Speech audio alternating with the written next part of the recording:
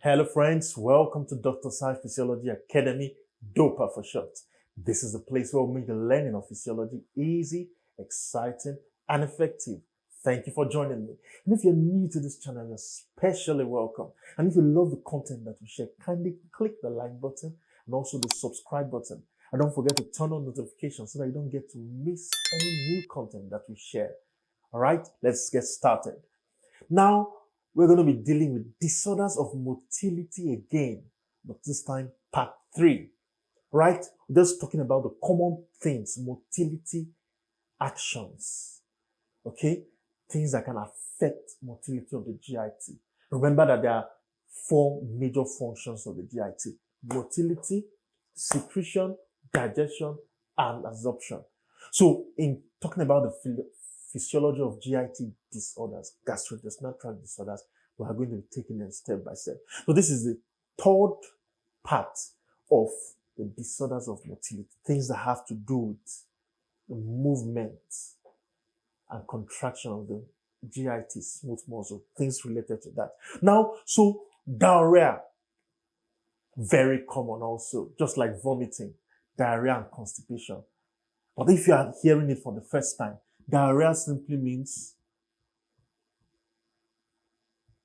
something.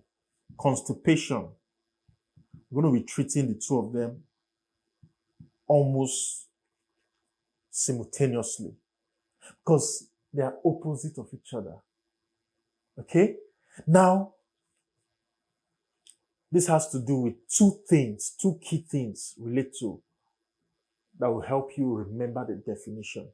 It has to do with the rate of peristalsis or contraction of the smooth muscles of the GIT, and also the secretion, the rate of secretion of the GIT. So if there is increased peristalsis faster than normal, there is increased secretion. Increased secretion. In fact, when there is increased peristalsis, there is little time for absorption of the water and the fluids that are in the GIT. So there are 2 things that you will notice in diarrhea. Number 1 is that there is now increased frequency of passage of stools. So that means you pass out stools. If before you used to pass out stools once or twice a day, you might find out that you are passing out stools now 6, 7 times, or even 8 times a day. Sometimes it can be more than that. So because of increased peristalsis. Now, there's also increased secretion. So that means the content, the fecal content is now watery. So we call it loose stools. So there is watery stools. Call it loose. Okay? So this is the definition of diarrhea. It is the increased frequency of the passage of loose or watery stools. Okay, you see how I arrived at that definition. Increased peristalsis, increased secretion lead to increased frequency and then watery stool. That's what diarrhea is all about. Then now, constipation, opposite of it, decreased peristalsis. Because peristalsis is decreased at the large bowel. We're talking about the colon now. Okay, the large intestine. A lot of absorption takes place as there's movement of the fecal content. Absorption takes place. But now, the movement is now very slow. So more than normal fluid is absorbed. So what do you think it results in? So there's now decreased water content. Okay? So, and that results in what? Is the passage of the infrequent passage of hard stools. Infrequent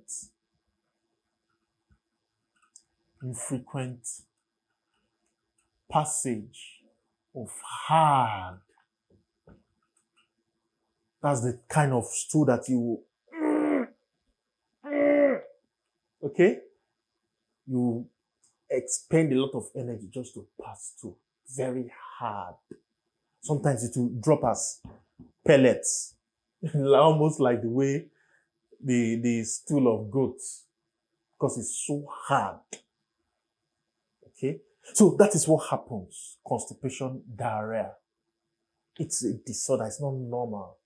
So now we've defined it. What do you think causes these two things? Okay? We're going to be breaking down the causes. The causes are very simple to understand. We're going to be doing that after this break.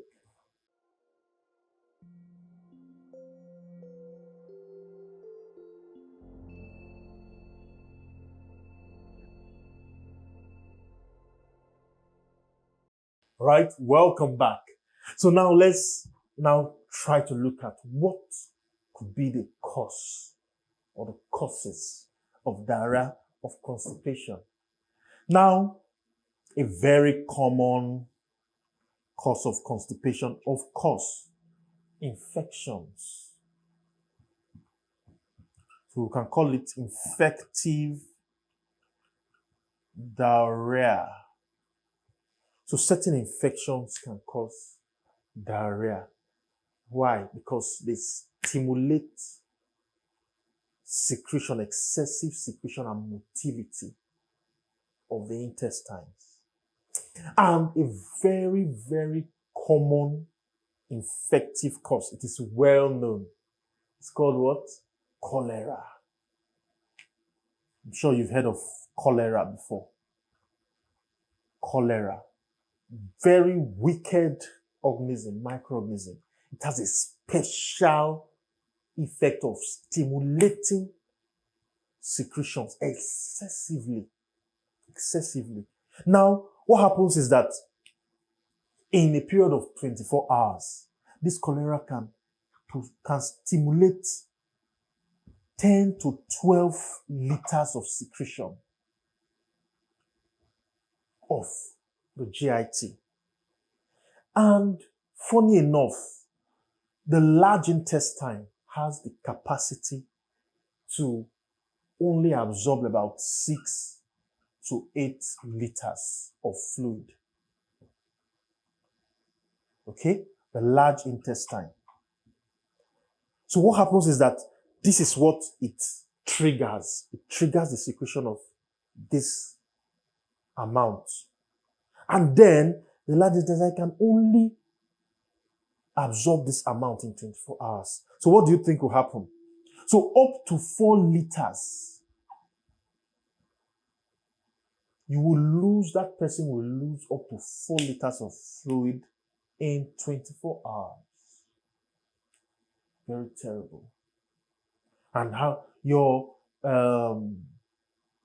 plasma volume or blood volume, let's say your blood volume is just about 5 liters in an adult. Okay? The total extracellular fluid volume is 11 liters. So imagine you losing this in 24 hours. So one of the things about cholera is that if left untreated, about 50% of people will die. And the simple reason is based on excessive, severe dehydration. And the person will go into shock. You see it? So that's what it does. It triggers very powerful stimulation of secretion and motility. So you pass out very watery stool, very, very watery stool, frequently. A lot of that. So that's what happens in effective diarrhea. And most commonly, this is one of the common causes of infective diarrhea, cholera. So that is it. So a lot of other things, drugs can cause it. Even certain food, especially spicy foods. For example, I don't know of other people, but for me, I found out that if I take too much suya, this cow meat sauce that some of these people make, okay, if I take it so much, I will have diarrhea automatically. It's a must. So, spicy. So it does what we call osmotic. It has an osmotic effect. So it draws in water. It does not allow water to be absorbed because of the high concentration. Okay? So it pulls in water. That osmotic effect. That's how it happens. So you now pass it out frequently. It irritates also due to irritation. So that's how it happens. Spicy food, drugs, there's some drugs that increase motility and all of that. You pass out. So when the frequency happens, there's no much time for absorption. So it's watery and it's frequent. So that's how it happens. So take note of this, that cholera. Very common. So how do you treat diarrhea? How do you treat diarrhea? It's by, first of all, recognizing the cause. If you don't know the cause, you cannot treat it. So the simple treatment of diarrhea is this. It's based on fluid management, fluid and electrolyte management, fluid and electrolyte management. So somebody who's having, especially this cholera, like I said, without treatment or management, as much as 50% of people will die. But with good treatment, almost nobody dies of cholera. And it's centered on good fluid and electrolyte management. Because you are secreting a lot of fluids and electrolyte into your intestine and passing it out. So you are losing a lot of fluid and electrolyte. So you need to replace them, especially through what? Intravenous, not just through your mouth. Intravenous fluid, special fluid management. Pass it through your veins and supply to replace whatever is lost. And you will be fine. So the body is doing that in order to flush out bad things, the offending agent. If it's spicy food, flush spicy food out. This cholera, the microorganism there, it's flushing it out. That's why it's doing that. So by itself, you don't really need even much of drugs. But sometimes antibiotics, you take antibiotics too. If it's infective. But if it's not infective, there's no need for antibiotics, no need for that. Just continue to replace what is lost, and with time, the body flushes out everything, and you'll be okay. So that is just how you fluid and electrolyte management. Okay? For diarrhea. Now let's come to constipation. What could cause constipation? In fact, a very common cause of constipation is when you don't drink enough water. You eat and somehow you don't just like taking water. You don't take enough water. You pass hard stools. Okay? So one of the causes is insufficient intake of water. Sufficient intake of water. Okay? Then also, there's also this special cause is insufficient intake of dietary fiber. Insufficient intake of dietary fibers. What do we mean by fiber? Dietary fibers. Now, dietary fibers are from plant sources. This one is very easy to understand, okay? Now, insufficient intake of dietary fibers. When you eat a lot of fruits and vegetables, some of the constituents of those fruits and vegetables cannot be digested by your digestive enzymes. You understand? That's why they're called fibers. They're very tough. When you eat the back of all these fruit, tough parts of all these fruit, even some vegetables, the cell wall, cellulose, your body cannot digest it. So these are dietary fibers from fruits and vegetables. So when you take them, they are tough and they help that friction and all of that. It helps in intestinal motility, aids intestinal motility. Okay, so that's what happens. It helps in intestinal motility. That's how dietary fibers aid and prevent constipation. So when you take them enough, your intestinal motility is very fine, okay, smooth. So it aids intestinal motility. Okay, so that's how it happens. Then another cause of constipation is something that's very important for us to note. Another important cause of constipation is what? Bad bowel habits. Wow, are you surprised? Bad bowel habits. What do you mean by bad bowel habits? That means the defecation reflex comes. There's a defecation reflex.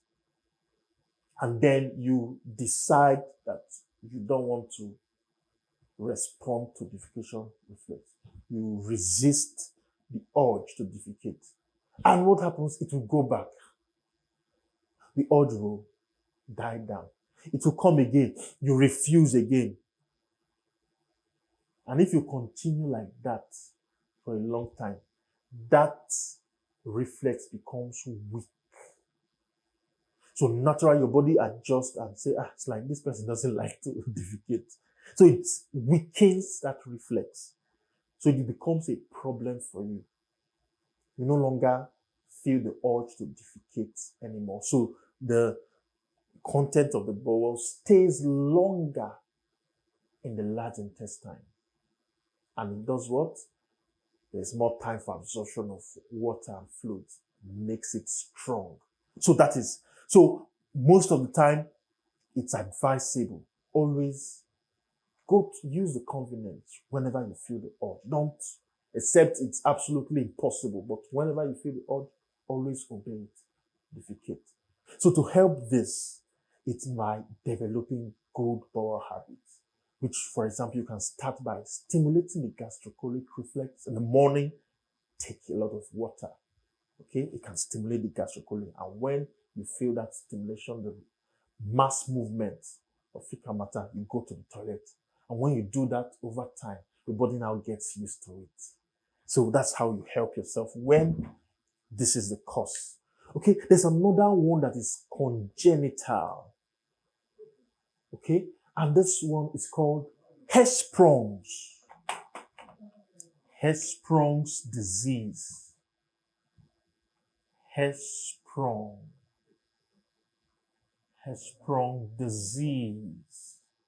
Okay, what happens in Hirschsprung's disease is that at the distal part, the ending part of the colon, there is lack of mesenteric plexus there. The mesenteric plexus is what helps in motility. Okay?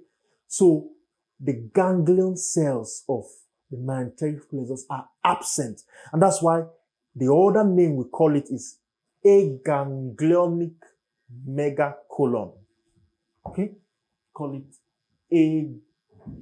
aganglionic megacolon. Why are we calling it megacolon? Because you can't defecate, so there's now accumulation of fecal matter. It now makes the large intestine to swell, look bigger than normal. That's why it's called megacolon. Okay, so the mesenteric plexus that should help it move at that a section of it, that distal part, is absent there, so it cannot move. So you have a problem. So it's called Hirschsprung's disease, a congenital problem. Okay, so that could be one of the causes of constipation and all of that. So when you recognize the cause, you know how to treat it. Take more water when you eat. Also, take more fruits and vegetables. Develop good bowel habits. And in this one, there is a special procedure. Let's not go into that, to help those kind of people to defecate. Okay, so this is what you need to know about diarrhea and constipation. Very straightforward. Now, I've written a book on gastrointestinal physiology and other areas of physiology. Since so many books called gastrointestinal physiology, broken down for you. Very easy to read, easy to understand. Okay, so the soft copy there, you can download it. The link is there just for a little token, so that for further reading, more details of all these things, they are there. And other books, 7 of them as at the time of this recording, and you can also download. The links are there. All right, so you see the link to our website also there, so that you can visit and get to know more things we do to make the learning of physiology easy, exciting, and effective.